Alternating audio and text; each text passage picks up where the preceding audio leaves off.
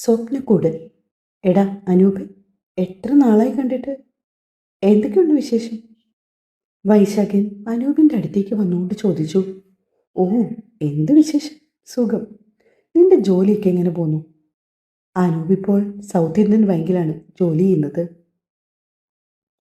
ജോലിയൊന്നും തിരക്കേടില്ലടാ. ഇനിയൊരു 4 മാസം കൂടി പഠിത്തം കാണുള്ളൂ എന്നാ പ്രിയ പറഞ്ഞത്. അത് കഴിഞ്ഞാൽ ഉടനെ കല്യാണം കാണും. ആണോ? എന്നാൽ ഇനി അധിക നാളില്ലല്ലോ. അതേടാ. ആട്ടെ, ലക്ഷ്മി എന്തു പറയുന്നു? ലക്ഷ്മി ഛർദിയും ഓക്കാനും ഒക്കെ ആയിട്ട് തട്ടിയും മുട്ടിയും കഴിഞ്ഞു പോകുന്നു. അയ്യോ, വേറെ പ്രോബ്ലം ഒന്നുമില്ലല്ലോ അല്ലേ? വേറെ പ്രോബ്ലം ഒന്നുമില്ല. പുറത്ത് പോയിട്ട് ഞാൻ ചെന്ന് കഴിഞ്ഞാൽ കുളിക്കാതെ അവളുടെ അടുത്തേക്ക് ചെല്ലാൻ പറ്റില്ല. അപ്പം തുടങ്ങും ഛർദി. ഓ, അങ്ങനെയൊക്കെ ഉണ്ടോടാ? ആർക്കറിയാം എൻ്റെ പൊന്നളിയ. എന്തായാലും അനുഭവം ഗുരു. ഈശ്വര, ഇനി എന്തെല്ലാം കാണണം. അനൂപ് ചിരിച്ചു. എടാ, നിന്റെ ട്രെയിനിങ് എപ്പോഴാണ് സ്റ്റാർട്ട് ചെയ്യുന്നത്? എന്തെങ്കിലും അറിഞ്ഞോ? ഉടനെ കാണും. 6 മാസമുണ്ട്. കുറേ സമയം ഓരോരോ നാട്ടുവർത്തമാനം പറഞ്ഞുകൊണ്ട് അവർ രണ്ടാളും വരുന്നു. വട, ഓരോ ചായ കുടിക്കാം. വൈശാഖൻ നിർബന്ധിച്ചപ്പോൾ അനൂപും അവൻ്റെ ഒപ്പം പോകാൻ തയ്യാറായി. അമ്മ കാച്ചി കൊടുത്ത എണ്ണയൊക്കെ തേച്ച് അതിൻ്റെ മെഴുക്ക് മുഴുവൻ കളയാനായി ചെമ്പരത്തിത്താളിയൊക്കെ ഉപയോഗിച്ചാണ് ലക്ഷ്മി കുളിച്ചത്. കുളി കഴിഞ്ഞപ്പോൾ വല്ലാത്തൊരു ഉണർവ് തോന്നി അവൾക്ക്. സീമന്തരേഖയിൽ സിന്ദൂരമൊക്കെ ചാർത്തിയിട്ട് ഭസ്മക്കൊട്ടയിൽ നിന്നും ഭസ്മ ഇത്തിരി എടുത്ത് നെറ്റിയിൽ വരച്ചു.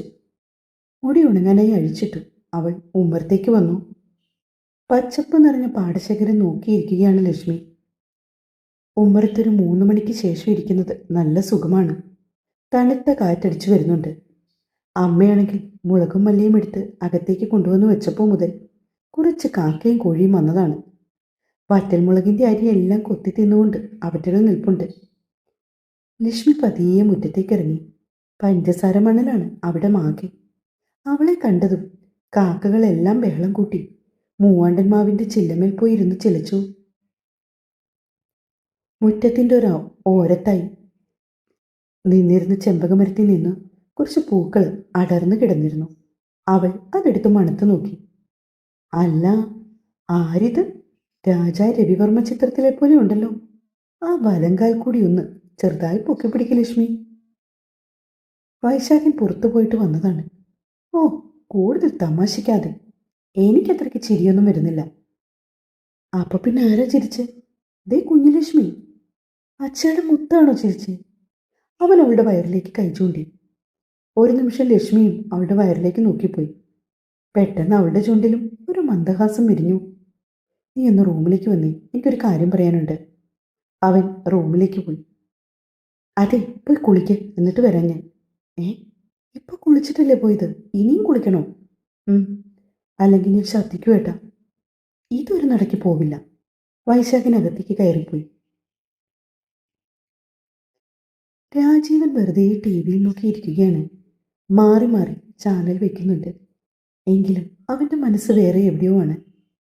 ഇടയ്ക്ക് ദീപ അടുക്കളയിലേക്ക് പോകാൻ അവൻ്റെ മുന്നിൽ കൂടി വന്നു. പെട്ടെന്ന് അവളുടെ കാല് മേശമേൽ തട്ടി. അവൾ മുന്നോട്ട് വേച്ചുപോയി. വേദന കൊണ്ട് പെട്ടെന്ന് അവൾ പൊളഞ്ഞു. ഞൊടിയിട കൊണ്ട് രാജീവൻ ചാടി എഴുന്നേറ്റ് അവളെ താങ്ങി. സൂക്ഷിച്ച് നടക്ക് ദീപേ, കൊച്ചു കുട്ടിയാണെന്നാണോ നിന്റെ വിചാരം? അവൻ പറഞ്ഞു. അത് ഞാൻ കണ്ടില്ലായിരുന്നു. സോറി. ശരി ശരി, നീ ചെല്ല. അവൾ പക്ഷെ പോകാതെ നിൽക്കുകയാണ്. എന്താ? അത് പിന്നെ എൻ്റെ എൻ്റെ കയ്യിൽ നിന്ന് വിടുവോ? അപ്പോഴാണ് അവൻ നോക്കിയത് താൻ ദീപയുടെ കയ്യിൽ പിടിച്ചിരിക്കുകയായിരുന്നുവെന്ന്. ഓ സോറി. അവൻ അവളുടെ കയ്യിലെ പിടുത്തം വിട്ടു. രണ്ടാൾക്കും ചെറിയ ജാള്യത അനുഭവപ്പെട്ടു. ഇതെല്ലാം കണ്ടുകൊണ്ട് ഭാരതിയമ്മ വാതിലിൻ്റെ പിറകിൽ നിൽപ്പുണ്ട്. ഈശ്വര, എൻ്റെ കുഞ്ഞിന് സദ്ബുദ്ധി നൽകണേ. ആ പാവം കുട്ടിയെ കണ്ണീര് കുടിപ്പിക്കൽ. രാജീവൻ അപ്പോൾ തന്നെ തൻ്റെ ബെഡ്റൂമിലേക്ക് പോയി. അവൻ കട്ടിലിൽ പോയി കിടന്നു. തൻ്റെ മനസ്സിൻ്റെ കോണിൽ എവിടെയോ ഒരു നീറ്റൽ അവന് തോന്നി. കൂട്ടുകാരൻ ജസ്റ്റിനാണ് ഹേമയെ അവന് പരിചയപ്പെടുത്തി കൊടുത്തത്. ആദ്യമൊക്കെ താൻ അവനോട് എതിര് പറഞ്ഞതാണ്. പക്ഷെ അന്ന് റെസ്റ്റോറൻറ്റിലേക്ക് ജസ്റ്റിൻ അവളെ പറഞ്ഞയച്ചതാണ്. എന്നെ അവിടെ ചെന്നപ്പോൾ പറഞ്ഞയച്ചതാണെന്ന് അവിടെ ചെന്നപ്പോഴാണ് തനിക്ക് മനസ്സിലായത്. ഏതൊരു പുരുഷനെയും വലയിൽ വീഴിക്കാനുള്ള സൗന്ദര്യം അവൾക്കുണ്ടെന്നാണ് അവളുടെ പ്രത്യേകത. അന്ന് തൻ്റെ ഒപ്പം തൻ്റെ ഭാര്യയെപ്പോലെയായിരുന്നു അവൾ പെർഫോം ചെയ്തത്. അവളുടെ വീട്ടിലേക്ക് ക്ഷണിച്ച ദിവസം അവൻ ഓർത്തുപോയി. വൈകുന്നേരം വീട്ടിലേക്ക് പോകുവാൻ തുടങ്ങുകയായിരുന്നു താൻ. ഹലോ മിസ്റ്റർ രാജീവൻ, ഞാൻ ഹേമയാണ്. ഓ, താനായിരുന്നു. എന്താ വിളിച്ചേ? ഒന്നുമില്ല, രാജീവൻ തിരക്കാണോ? ഞാൻ വീട്ടിലേക്ക് പോകാൻ തുടങ്ങുക. എന്താണ് ഹേമ? ഒന്നുമില്ല, ടൈമുണ്ടെങ്കിൽ വൈകിട്ട് 7 മണിയാകുമ്പോൾ ഇവിടേക്കൊന്ന് വരൂ. അവളത് പറയുമ്പോൾ മനസ്സിന് ഒരേ സമയം കുറ്റബോധവും സന്തോഷവും തോന്നുകയായിരുന്നു. രാജീവും വരില്ലേ? അവൾ വീണ്ടും ചോദിച്ചു. ഞാൻ വരാം ഹേമ. അങ്ങനെയാണ് താൻ പറഞ്ഞത്. അത് കഴിഞ്ഞപ്പോഴാണ് അങ്ങനെ പറയേണ്ടിയിരുന്നില്ലെന്ന് താൻ ഓർത്തത്. കറങ്ങുന്ന കസേരയിൽ ഇരുന്നു കൊണ്ട് അവൻ ആലോചിച്ചു നോക്കി. ഓ, ഇതൊക്കെ ഇന്ന് സർവ്വസാധാരണമാണ്. താൻ മാത്രമല്ലല്ലോ ഇങ്ങനെയൊക്കെ പോകുന്നത്, അവൻ ഓർത്തു. പക്ഷേ തന്നെ അത്രമാത്രം മനസ്സിൽ വിചാരിച്ച് തനിക്കിഷ്ടമുള്ളതെല്ലാം വെച്ച് വിളമ്പിത്തന്ന് തൻ്റെ കാര്യങ്ങളെല്ലാം മുറയ്ക്ക് നോക്കുന്ന തൻ്റെ ദീപ. അവളെ ഓർത്തപ്പോൾ പിന്നെയും അവന് കൺഫ്യൂഷനായി. കുറേ സമയം താൻ തിരിച്ചു മറിച്ചു ആലോചിച്ചു. എന്തായാലും ഒന്ന് പോയി നോക്കാം. ഒടുവിൽ അവൻ തീരുമാനിച്ചു. കാറെടുത്ത് വീട്ടിലേക്ക് തിരിക്കവേ ഒരു മൂളിപ്പാട്ട് അവൻ്റെ മനസ്സിൽ വന്നു. കുറച്ച് ധൈര്യത്തിനായി ബാറിൽ കയറി 2 പെഗ്ഗു അടിച്ചിട്ടാണ് വീട്ടിലേക്ക് പോയത്. വീട്ടിലെത്തിയപ്പോൾ ദീപ കുളിക്കുകയായിരുന്നു. ഫോണും ബാഗും കൊണ്ടുപോയി റൂമിൽ വെച്ചിട്ട് അമ്മ കൊടുത്ത ചായയുമായിട്ട് സ്വീകരണമുറിയിലിരുന്നു. ചായ വേണ്ടിയിരുന്നില്ല. അത് അമ്മ കാണാതെ കൊണ്ടുപോയി വാഷ് ബേസിനെ കമഴ്ത്തി. താൻ തിരികെ റൂമിൽ ചെന്നപ്പോൾ ദീപ തൻ്റെ ഫോണും പിടിച്ച് കരഞ്ഞു കലങ്ങിയ കണ്ണുകളുമായി നിൽക്കുന്നു. എന്താടി, നിന്റെ ആരെങ്കിലും ചത്തോ? ഹേമ ആരാണ്? അവൾ നിങ്ങളുടെ ആരാണ്? അവളുമായി എന്ത് ബന്ധുവാണ്? നീ ആരാടി എൻ്റെ കാര്യങ്ങൾ തിരക്കുവാൻ? ഞാൻ ആരാണെന്ന് നിങ്ങൾക്കറിയില്ലേ? പറയേ. അറിയില്ല രാജീവേട്ട. അവൾ വന്ന് തൻ്റെ ഇരു തോളിലും പിടിച്ചു കുലുക്കി. ചി, വിടടി. നീ എന്നെ ചോദ്യം ചെയ്യാൻ വന്നേക്കുന്നോ? അവൻ അവളുടെ കൈയെടുത്ത് ബലമായി കുടഞ്ഞു. പക്ഷെ ദീപ വീണ്ടും വന്ന് അവൻ്റെ കോളറിൽ കയറി പിടിച്ചു. മുഖമടച്ച് ഒരു അടിയായിരുന്നു പകരത്തിന് കൊടുത്തത്. അവൾ കട്ടിലേക്ക് വീണുപോയി. വേദന കൊണ്ട് പുളഞ്ഞെങ്കിലും അവൾ വീണ്ടും എഴുന്നേറ്റ് വന്നു. ഇതുവരെ ഞാൻ ഒന്നും നിങ്ങളോട് ചോദിച്ചിട്ടില്ല. നിങ്ങളുടെ എല്ലാ തെമ്മടിത്തരത്തിനും ഞാൻ കൂട്ടുനിന്നു. പക്ഷെ ഇത് ഞാൻ സമ്മതിക്കില്ല. ഞാൻ ജീവിച്ചിരിക്കുമ്പോൾ ഇത് ഞാൻ സമ്മതിക്കില്ല. അവൾ പൊട്ടിക്കരഞ്ഞു.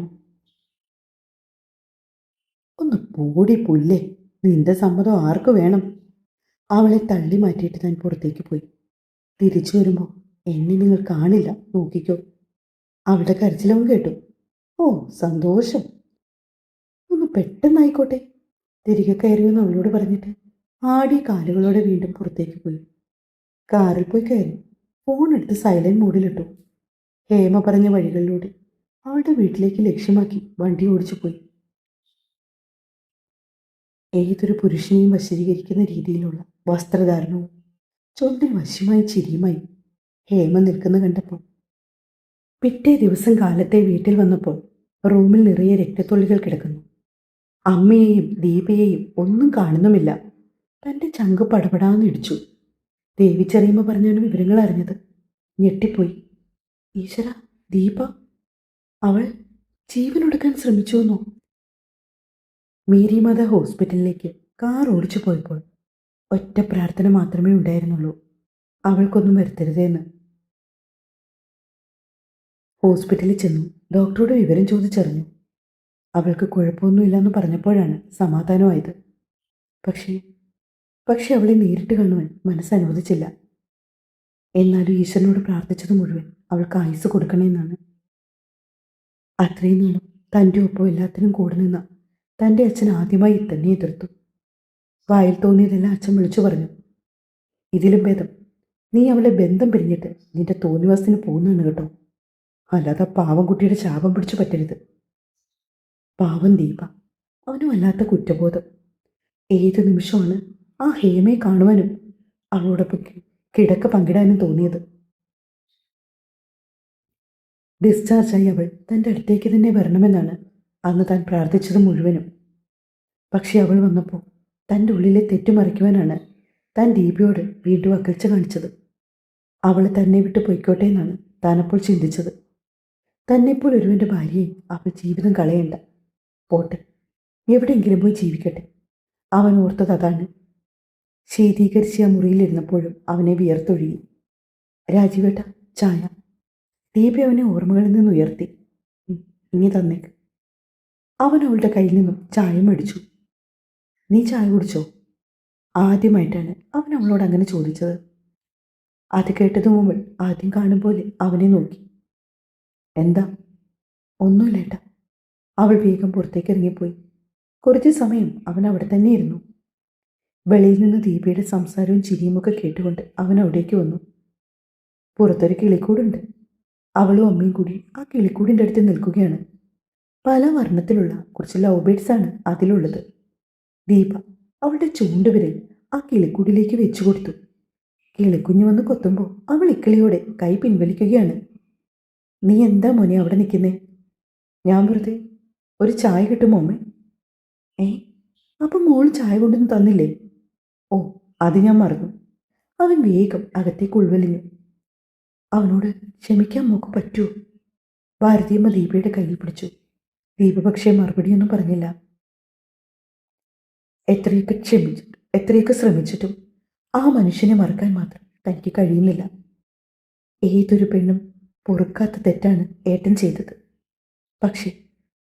പക്ഷേ തൻ്റെ മനസ്സിൽ ഈ ഒരു മനുഷ്യൻ മാത്രമേ ഉള്ളൂ.